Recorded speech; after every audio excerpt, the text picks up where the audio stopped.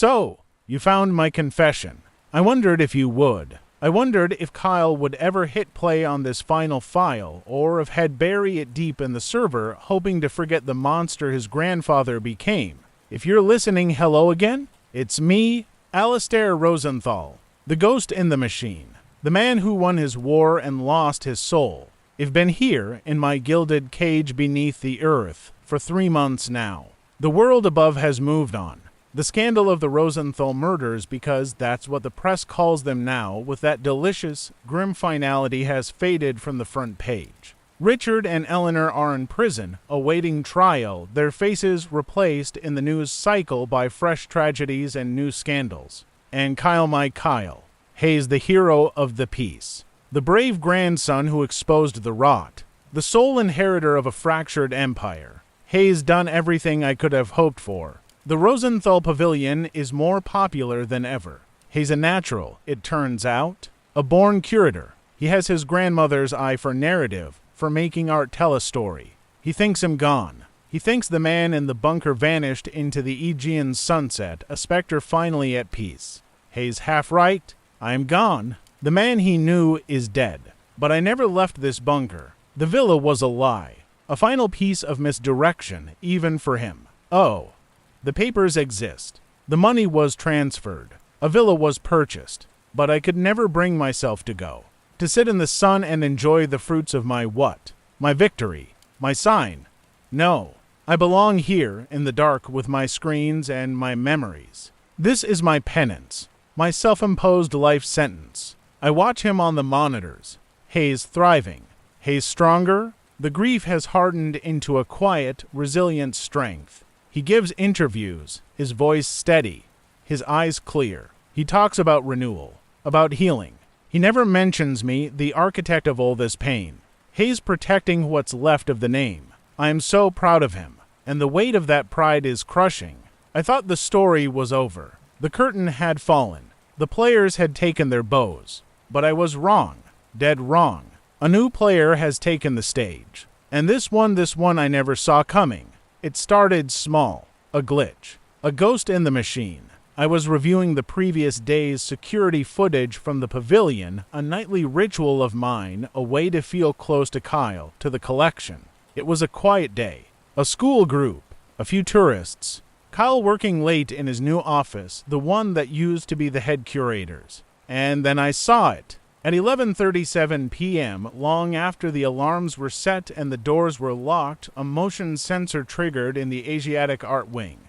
It was a soft trigger, the kind a drifting piece of dust or a large insect might set off. The camera flicked on, showing the silent, dimly lit hall, the jade carvings glowing softly in their cases. Nothing was there. I dismissed it. An anomaly. The system was old, despite my constant upgrades. But the next night, it happened again. Same wing.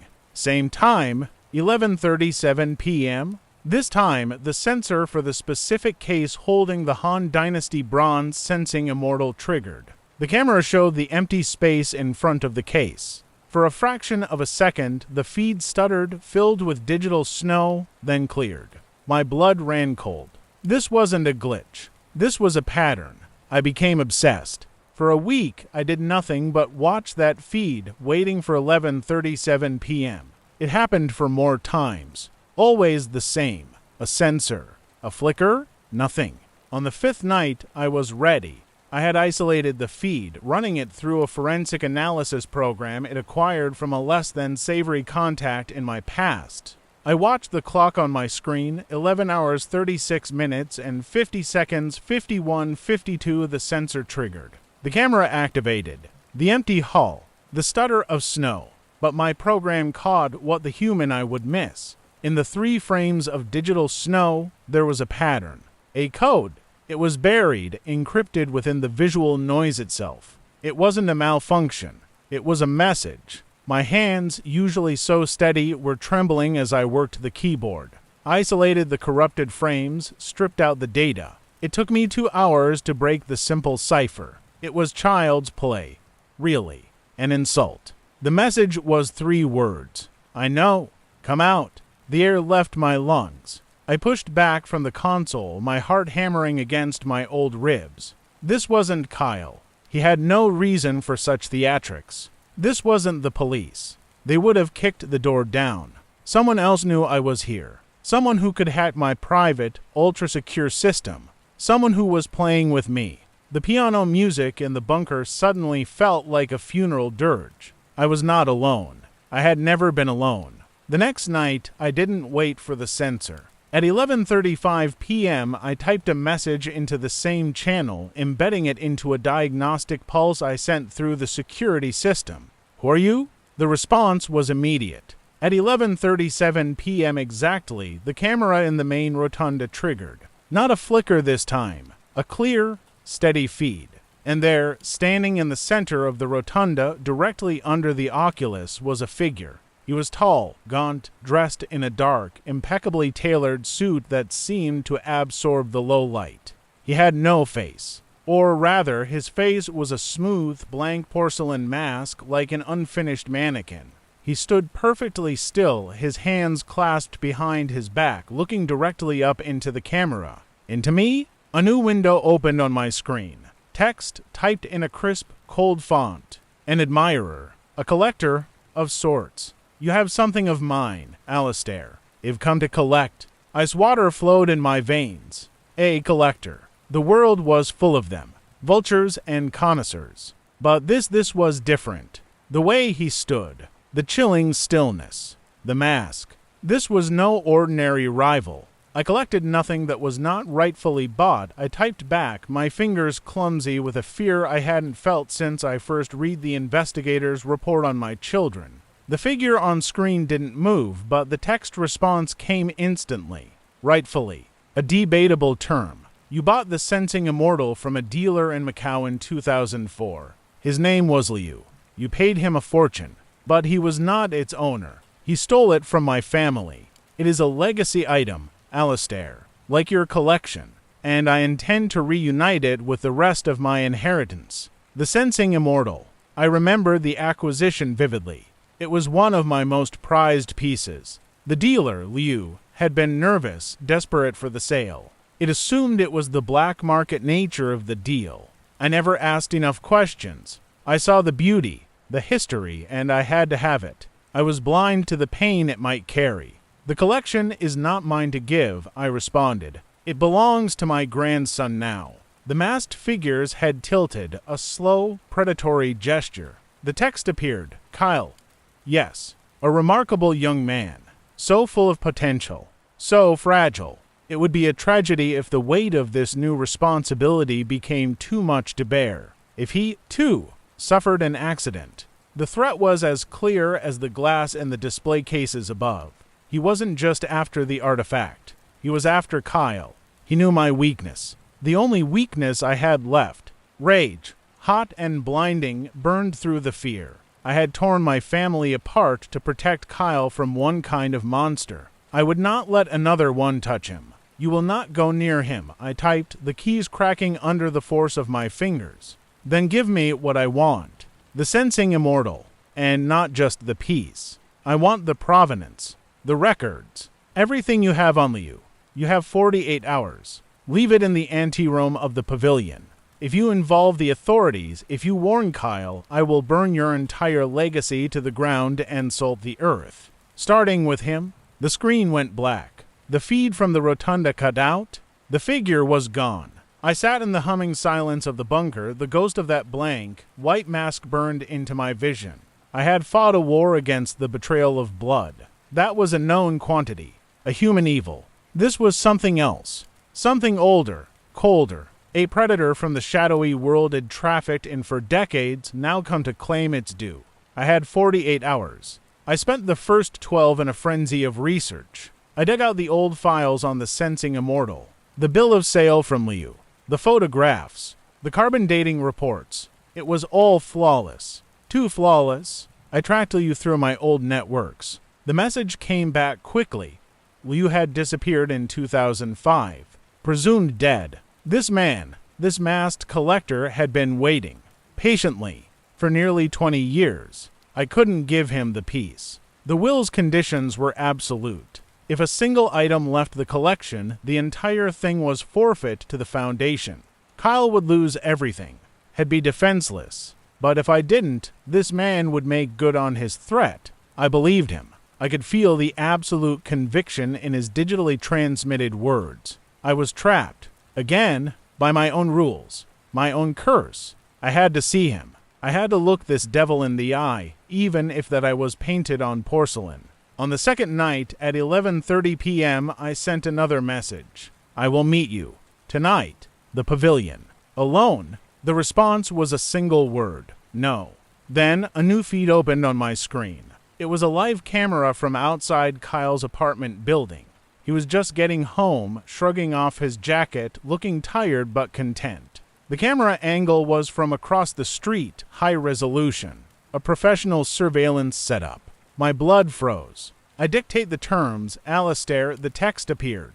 You do not leave your hole. You will watch. You will listen, and you will obey. The transfer will be digital. Send the scans of all documents to the server address I provide. Then you will deactivate the case alarm for the Sensing Immortal for a 5-minute window tomorrow night at 3 a.m. I will retrieve it myself. This is not a negotiation. He was hurting me, treating me like an animal in a cage, forcing me to be an accomplice in the dismantling of my own life's work. The violation was absolute. But on the screen, Kyle was pouring a glass of water in his kitchen, utterly unaware of the lens focused on him, of the thread hanging over him because of my past sins. What choice did I have?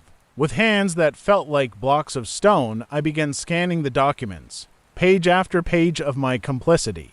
I compiled them into a single, encrypted file. I looked at the server address he had provided. It was a digital black hole, untraceable. I was about to hit send when a new thought, terrible and clear, cut through the despair. This was all happening through the security system. My security system. The one I had designed. The one I knew better than anyone alive. He was a ghost in my machine. But I was the machine's architect. He wanted to play a game of digital cat and mouse. Very well. I had nothing left to lose but my grandson. I opened a different program. A backdoor had built into the system, a fail-safe in case I was ever locked out. I couldn't stop him from taking the files, but I could plant a tracker, a piece of code that would latch onto his system when he downloaded them. A digital harpoon. It was a risk. If he found it, he would know I was fighting back. The consequences for Kyle would be immediate. But if I didn't, I was just giving him what he wanted, and Kyle would be vulnerable forever. I embedded the code, wrapping it around the image files like a poisonous vine. My finger hovered over the enter key. This was it. No going back. I pressed it. The file vanished from my screen, sent into the void. For a long moment, nothing happened. Then, a new text appeared. Good. The alarm window will be confirmed tomorrow. Remember, Alistair, I'm watching him. I'm watching you. The connection severed. The screens returned to their normal, silent vigil. I had done it. I had launched my counterattack. A pathetic, desperate little missile thrown into the dark. Now, I had to wait, and hope my aim was true. The next 24 hours were an eternity. I couldn't sleep. I couldn't eat. I watched the tracker program's status screen. It was silent, dormant. It would only ping me if it established a connection to a parent server. I watched Kyle on the camera. He was preparing for a small, private event at the Pavilion, a donor's dinner. He was nervous, excited. He had no idea that in a few hours, I was going to betray his trust and disarm the protection around one of his most valuable pieces. The guilt was a physical weight on my chest. I was becoming what I hated. I was making choices in the dark that would affect his life, just as I had with the will. I was no protector. I was a puppet master, and my strings were now being pulled by a man in a porcelain mask. The donor's dinner began. I watched it unfold on the monitors. Kyle was a natural. He moved through the crowd with a grace I never possessed, talking, laughing, his passion for the collection shining through. He was born for this. He was making it his own, and I was about to sabotage it all. 3 a.m. approached.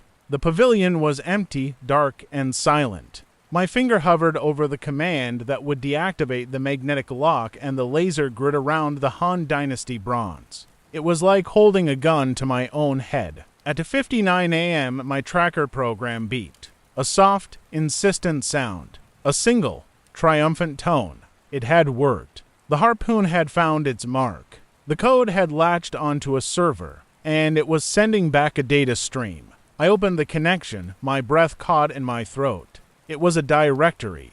A list of files from the masked man's system. I scanned them, my eyes darting across the screen.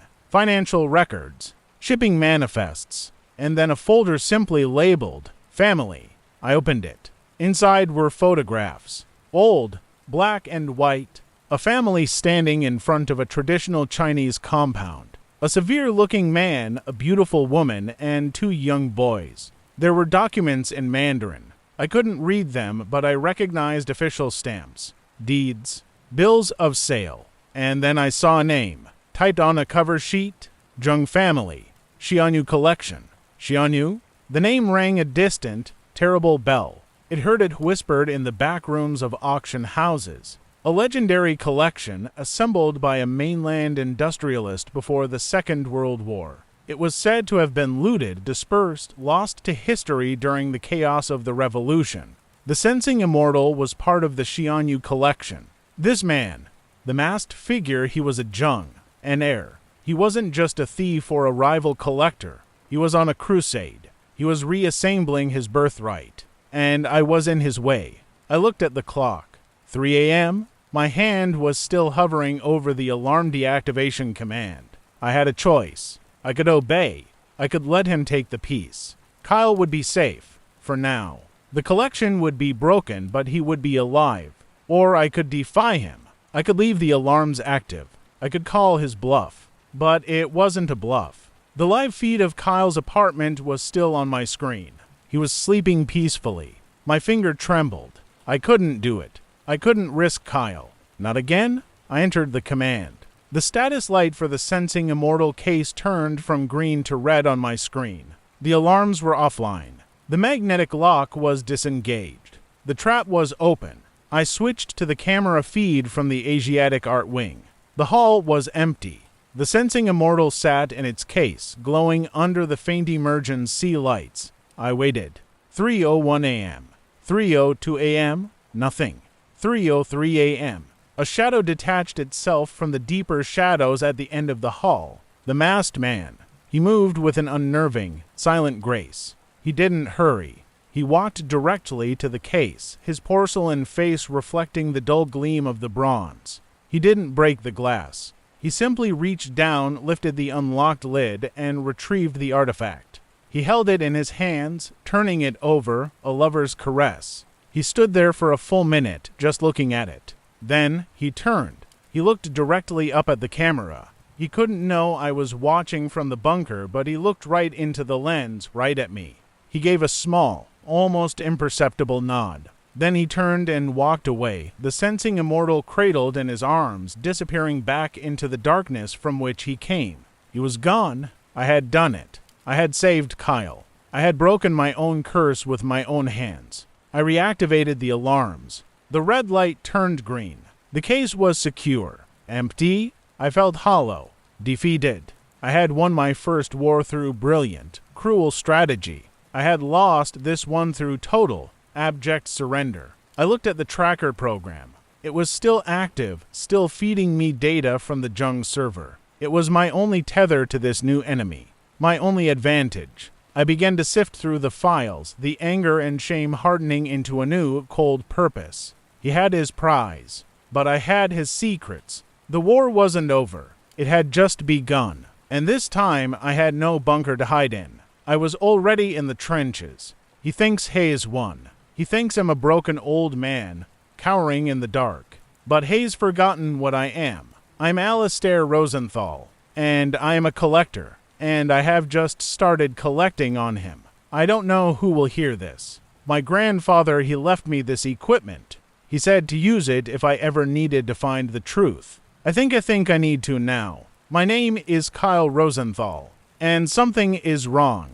It's been a week since the donor's dinner. It was a success. I felt like I was finally standing on my own defeat, like I was honoring him, Not the vengeful ghost he became, but the man who taught me about beauty. The man who loved these pieces. And then this morning I found it. I do a walkthrough of the pavilion every morning before it opens. A ritual. It grounds me.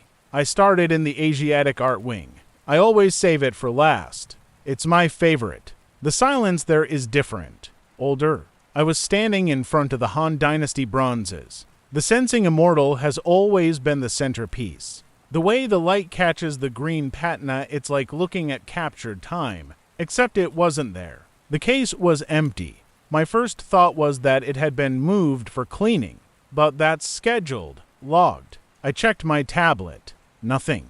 My heart started to beat a little faster. A cold trickle of dread traced its way down my spine. I ran to the security office. Frank, the head of security, a man who's been here since my grandfather's day, was drinking his coffee. Frank, the sensing immortal. Where is it? He looked up, confused. In its case. Kyle. Where else would it be? It's not. The case is empty. The color drained from his face. We pulled up the logs. No entry to the case. No alarms triggered. The motion sensors in the wing showed nothing but the nightly cleaning crew who never go near the displays. The pressure pads under the case itself, they never registered a thing.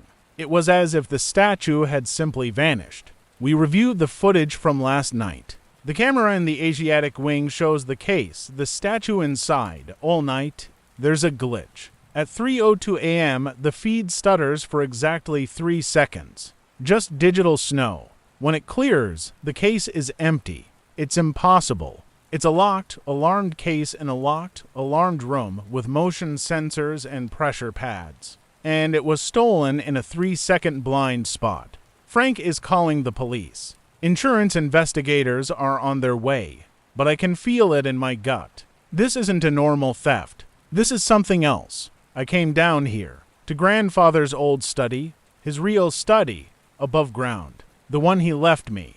I thought maybe I don't know what I thought, that I'd find a clue had left behind. Some piece of his obsessive mind that would explain this. And I did. But not the clue I was looking for. I found a journal, one I'd never seen before. It wasn't on the shelf with the others. It was hidden in a compartment under the desk drawer, the same drawer where he kept his favorite pen. This journal, it's different. The entries are recent. They're from after he died. My hands are shaking as I hold it. The handwriting is his. Unmistakable. The first entry is dated the day after his funeral. They bought it. All of them. Even Kyle. The grief in his eyes, it almost broke me. But it was necessary. The trap is set. The players are in motion. Now, I watch. I feel like I'm going to be sick. He was alive. He was watching us. He saw me break down in this very room. He saw my father and he saw everything. I keep reading. The entries are sparse. Clinical. He talks about the will, about our reactions. He notes my resilience. He calls Richard and Eleanor the subjects. It's like a lab report. And then, about a month ago, the tone changes. The clinical detachment vanishes, replaced by something else, fear. There is a ghost in the machine. A pattern. 11:37 p.m., the Asiatic wing. It's him. I know it is. Hayes found me. Him. Who is him? The entries become frantic, paranoid. He knows I'm here. Hayes communicating through the security system. He wants the sensing immortal. He says it was stolen from his family. He calls it a legacy item. Hayes threatening Kyle. He has a camera on Kyle's apartment. My blood runs cold. A camera on my apartment. I get up and run to the window, pulling the blinds shut, my heart hammering. I feel exposed, violated. The last entry is from 2 days ago. I have no choice. I must comply.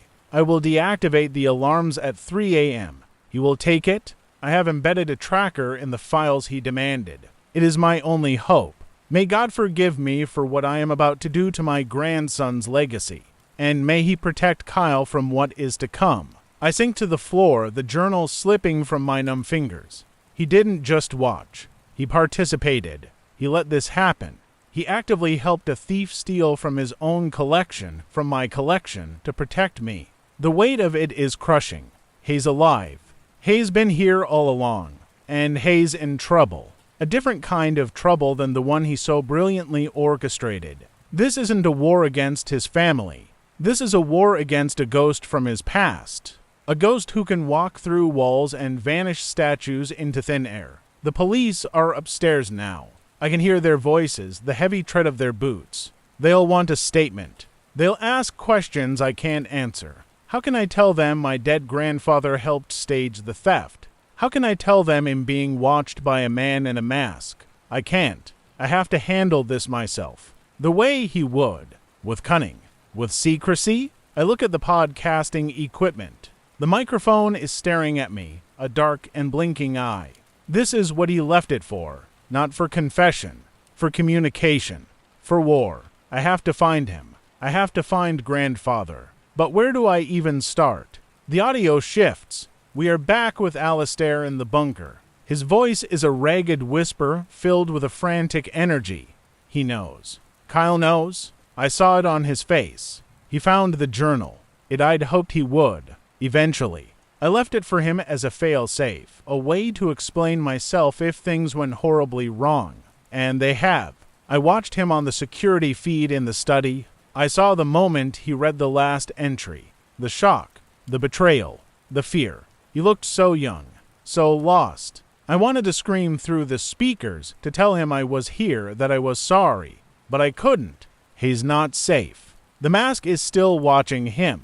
The feed from Kyle's apartment is still active on my screen, a constant, malevolent reminder. The police are here. I listen to their conversations through the audio feeds. They're baffled. They're talking about sophisticated hackers inside jobs. They're asking Kyle if he has any enemies. My poor boy. He just keeps saying, I don't know.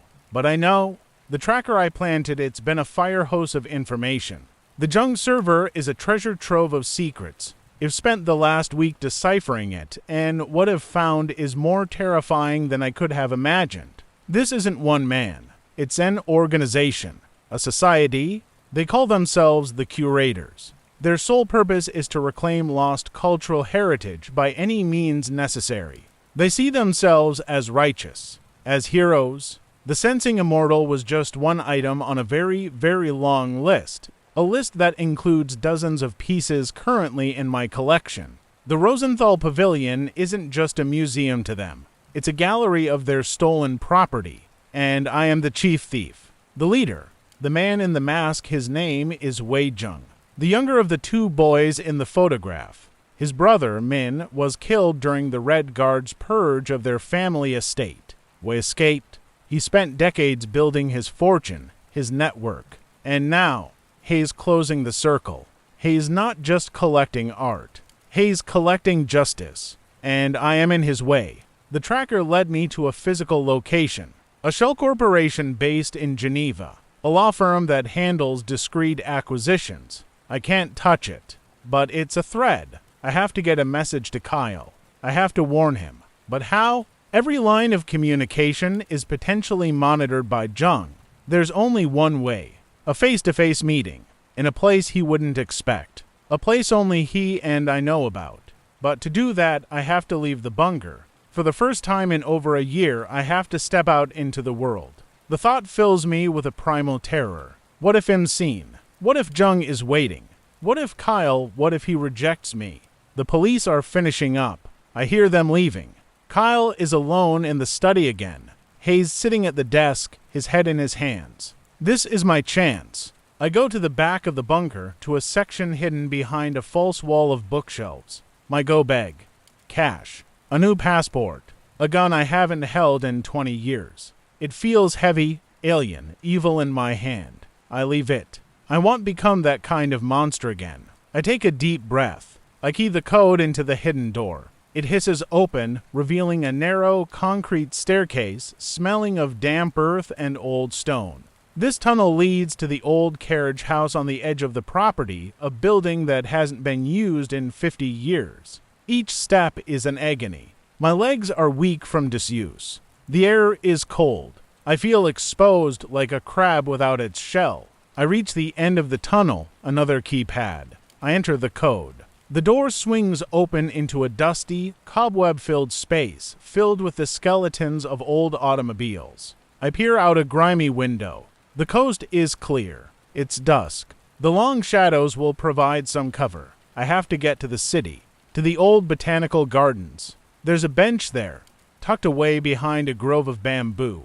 It was our spot, mine and Kyle's. When he was a boy, we'd go there to watch the koi in the pond. He called it our secret council room. I pray he remembers. I pray he goes there when Hay's confused like he used to. I slip out of the carriage house and into the gathering dark, a ghost walking back into the world he haunted. The police are gone. They took the hard drives. They told me not to touch anything. They have no leads. It's a perfect crime. But it wasn't. It was my grandfather. I feel I don't know what I feel. Betrayed? Yes. Furious? Absolutely. But underneath it all, there's a terrifying, cold fear for him. He wrote about being afraid. I've never, in my entire life, known my grandfather to be afraid of anything. This mask, this Zheng, he has him cornered. He forced him to betray me. In pacing the study, my mind racing. What do I do? Where do I even start? And then I remember. The secret council room. When I was a kid, whenever I was upset about school, about my parents, about anything, grandfather would take me to the botanical gardens. We'd sit on this old, moss-covered stone bench behind the bamboo grove and we'd talk. He said the bamboo whispered wisdom if you knew how to listen. It was our place. No one else knew about it. It's a long shot. A crazy, desperate long shot. But it's the only shot I have. I grab my jacket and head for the door. I don't know what I expect to find. Maybe nothing. Maybe just the memory of a happier time. The gardens are closing soon. I flash my member's pass a gift from him years ago and hurry down the winding paths. The place is mostly empty. The air is cool, filled with the scent of damp earth and night-blooming flowers. I push through the thicket of bamboo. The leaves rustle, a sound like 1,000 hushed secrets. The bench is there, and someone is sitting on it. My heart stops. It's an old man, bundled in a dark coat, a hat pulled low over his face. He's looking out at the koi pond, his posture slumped. I start to back away, my pulse thundering in my ears. This was a mistake. Then he speaks. His voice is a dry, familiar rasp I never thought I'd hear again outside of a recording. The largest koi, he says, not turning around. The one with the splash of gold on its head. You named him Augustus. You said he looked like a Roman emperor. I freeze. I can't breathe. The world tilts on its axis. Slowly. He turns. It's him. It's really him. He looks older. So much older. His face is pale, etched with deep lines of stress and fatigue of never seen before. But his eyes, they're the same. Sharp, intelligent, and now filled with a bottomless ocean of regret.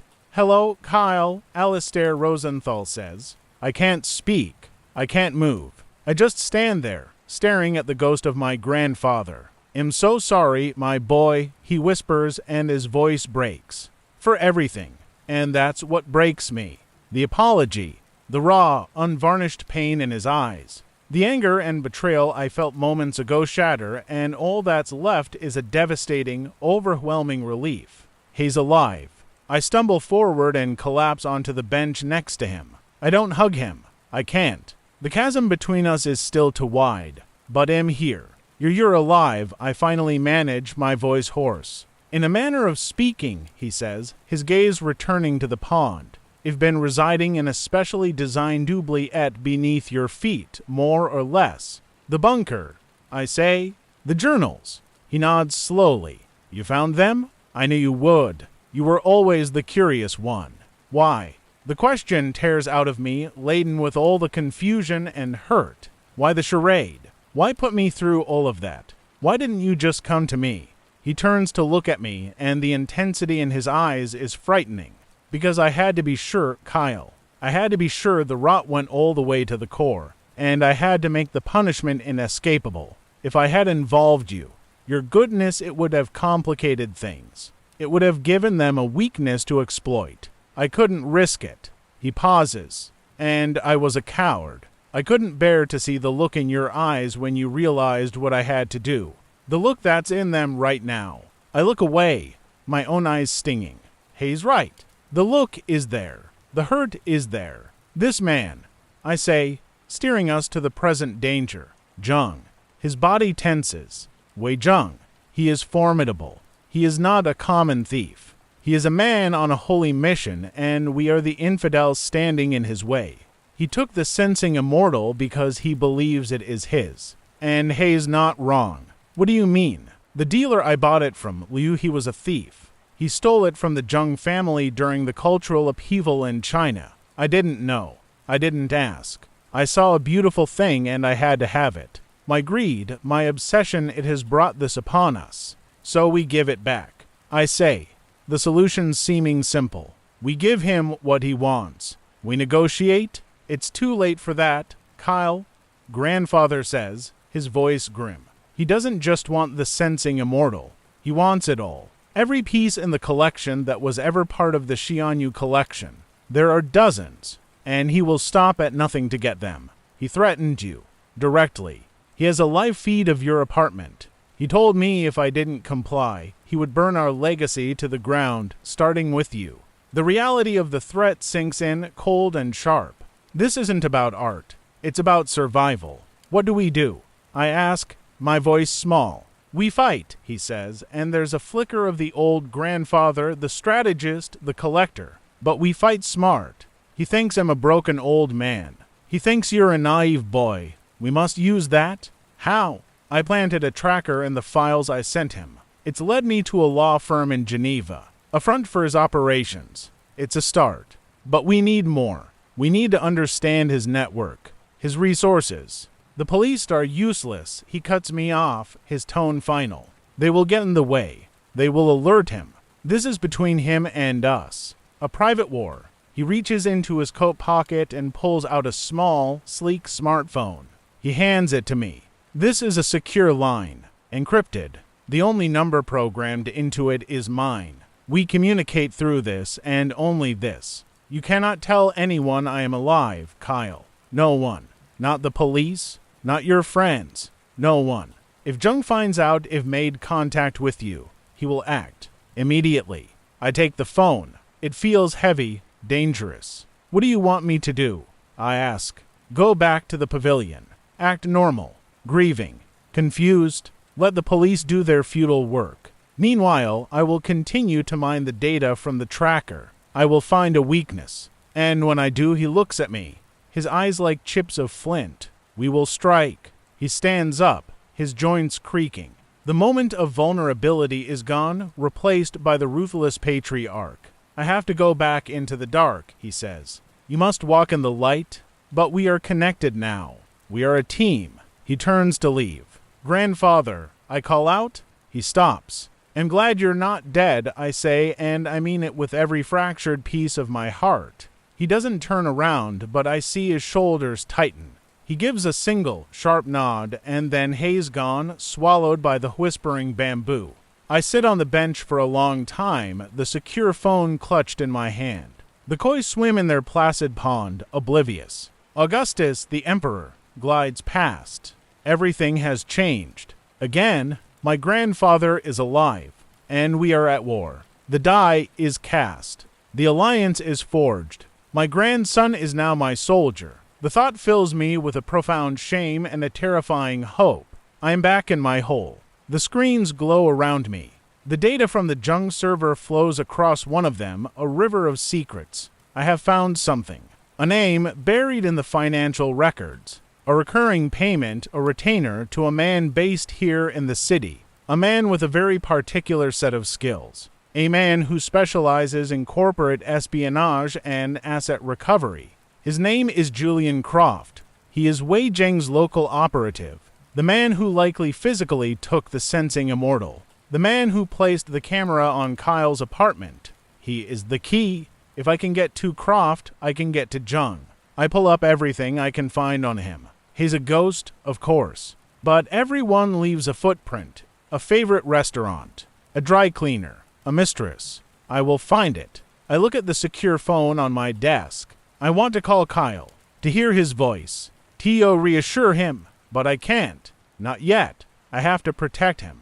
I have to win this war. For the first time since I faked my death, I have a purpose that isn't fueled by hatred. It's fueled by love. It's a far more dangerous fuel, and it makes me afraid of what I might become to win. You think you know a story. You follow the threads, you pick a side, you cheer for the hero, you hiss at the villain. But what if the hero was the villain all along? What if the monster you've been hunting is your own reflection? My name is Alistair Rosenthal, and this is my final confession, the last will and testament of a fool. I found him, Julian Croft, Zheng's hound. It was almost too easy. The man was arrogant, careless. He had a routine. Every Tuesday and Thursday evening, he visited a private boxing gym in a dilapidated part of the city, a place for men who needed to hit things without leaving marks that couldn't be explained. It was my opportunity. While he was sweating and pounding a heavy bag, I would be in his apartment. My plan was simple, elegant. I would plant a listening device of my own, a digital parasite far more sophisticated than the tracker it used on Zheng.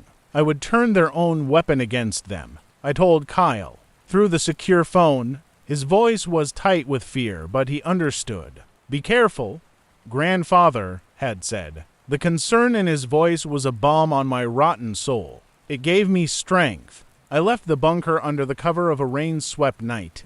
The world felt alien, too loud, too bright, even in the darkness. I was a relic, a ghost from a dead era, trying to fight a war in a world I no longer understood. Croft's apartment was a penthouse, sleek and impersonal. A place for sleeping, not living. It took me less than 5 minutes to bypass the alarm-accrued commercial system, an insult to a man of his supposed talents. I slipped inside. The place was sterile. No photographs, no books, just glass, steel, and the hum of expensive, silent technology. I found his office. A single, powerful computer. This was my target. I worked quickly, my old fingers flying across the keyboard, installing the malware from a thumb drive. It would give me remote access to everything. His emails, his financials, his communications with Zheng. It was the master key. And that's when I saw it. On his desk, next to a monitor, was a photograph. A single, framed picture. It was faced away from the door, angled for the occupant of the chair. My heart stuttered in my chest. I knew that photograph. I knew the silver frame. Slowly, with a trembling hand, I reached out and turned it towards me. It was a picture of me and Kyle, taken 2 years ago at the pavilion's annual gala. We were both laughing, my arm around his shoulders. It was his favorite photograph. He kept a copy on his own desk. Why would Julian Croft have this? A cold, terrible dread began to uncoil in my gut. I turned back to the computer. My malware was still installing. I opened his file explorer, my movements frantic now. I searched for Rosenthal. Dozens of files appeared. I opened one. It was a surveillance report. On me. Dated from over a year ago, before my death. It detailed my daily routines, my medical appointments, my medication schedule. I opened another. Audio files. I clicked play. The dosage needs to be precise. Cumulative. It has to look like natural decay. It was a voice I knew. A voice I heard in my nightmares. Wei Zheng. The response was another voice. Calm. Assured. Horrifyingly familiar. I understand. The beta blockers will weaken the cardiovascular system. The diuretics will cause the dizzy spells. He's old. No one will question it. I stumbled back from the desk, my hand flying to my mouth. No. It was impossible. It was a trick. A digital manipulation. Because the second voice was Kyle's. My Kyle.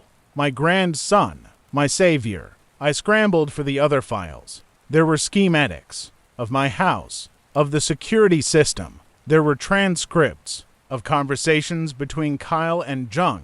They were planning it together. Kyle was the one who suggested the fall. He was the one who knew the exact brand of polish that would make the top landing slippery. He was the one who gave Zheng the access codes to the security system, the back doors, the camera feeds. The sensing immortal theft, it was a show. A performance staged for me to make me reveal myself, to draw me out of my bunker, to make me trust him, to make us a team. The journal I found, he planted it.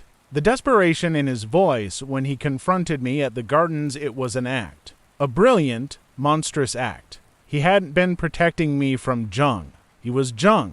Or rather, he was Zheng's partner, his heir. The pieces crashed together in my mind, a cataclysm of understanding. The grieving grandson who so deftly took control of the collection. The one who understood its value, not just in money, but in power. He hadn't been saving our legacy. He had been securing it for himself, with a new, powerful ally. The heartbeat in the background of this recording grows faster, more erratic. I heard the key in the lock. I didn't move. I couldn't. I was frozen, trapped in the horror of my own revelation. The door opened. Julian Croft stood there, his gym bag slung over his shoulder. He didn't look surprised to see me. He looked expectant. And behind him stepped Kyle. He was dressed in a dark, tailored suit, just like Zheng. His face, usually so open and kind, was a placid, unreadable mask. His eyes, the eyes I loved more than any masterpiece, held no warmth, only a cold, calculating intelligence. "Grandfather," he said, his voice even, polite, as if we'd met for afternoon tea. "I see you've been collecting." I couldn't speak. I could only stare at my world, my reality, my very soul, shattering into a billion irreparable pieces. The tracker in the files was a nice touch. Kyle continued, stepping past Croft and into the room. He walked to his photograph, picked it up, and smiled at it. A tender, chilling smile. Wei thought it was adorable. The last, desperate twitch of a dying beast. "We knew you'd come here eventually. We just had to make you believe it was your idea." Why? The word was a torn, ragged thing ripped from the ruins of my heart. Kyle looked at me, and for a moment I saw a flicker of something pity, perhaps, in his gaze. "Why? You really have to ask? You, the great collector, the man who saw people as assets, as pieces in his game." He placed the photograph back on the desk with precise finality. "You collected Father and Eleanor's greed. You curated it, you displayed it, and then you smashed them for it. You were so proud of your justice. But you never saw your own reflection, did you? Your own boundless, all-consuming greed for control. For legacy?" He took a step closer. "You thought you were protecting me. You were suffocating me.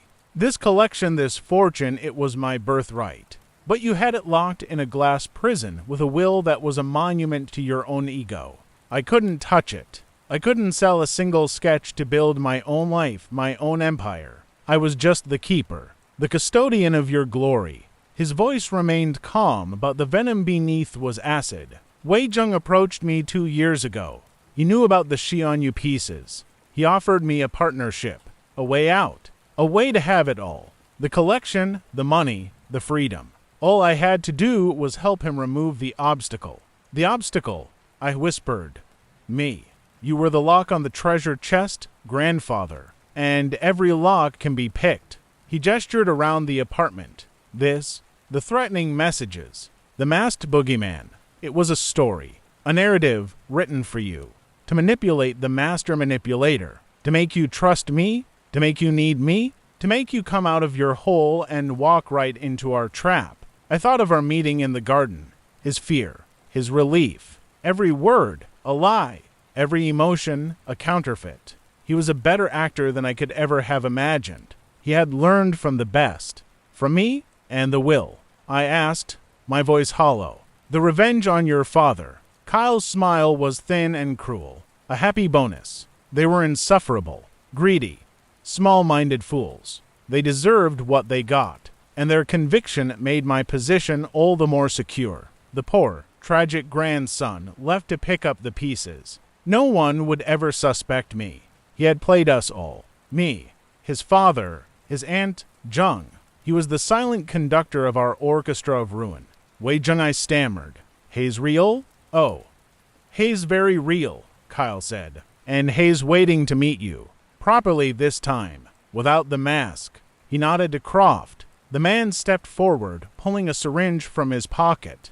I didn't fight. What was the point? The war was over. I had lost. Not to an external enemy, but to my own creation, my own blood. The one person I thought was pure. As Croft pressed the needle into my neck, I looked into Kyle's eyes. I loved you, I breathed my last pathetic weapon. He looked back, his expression unchanging.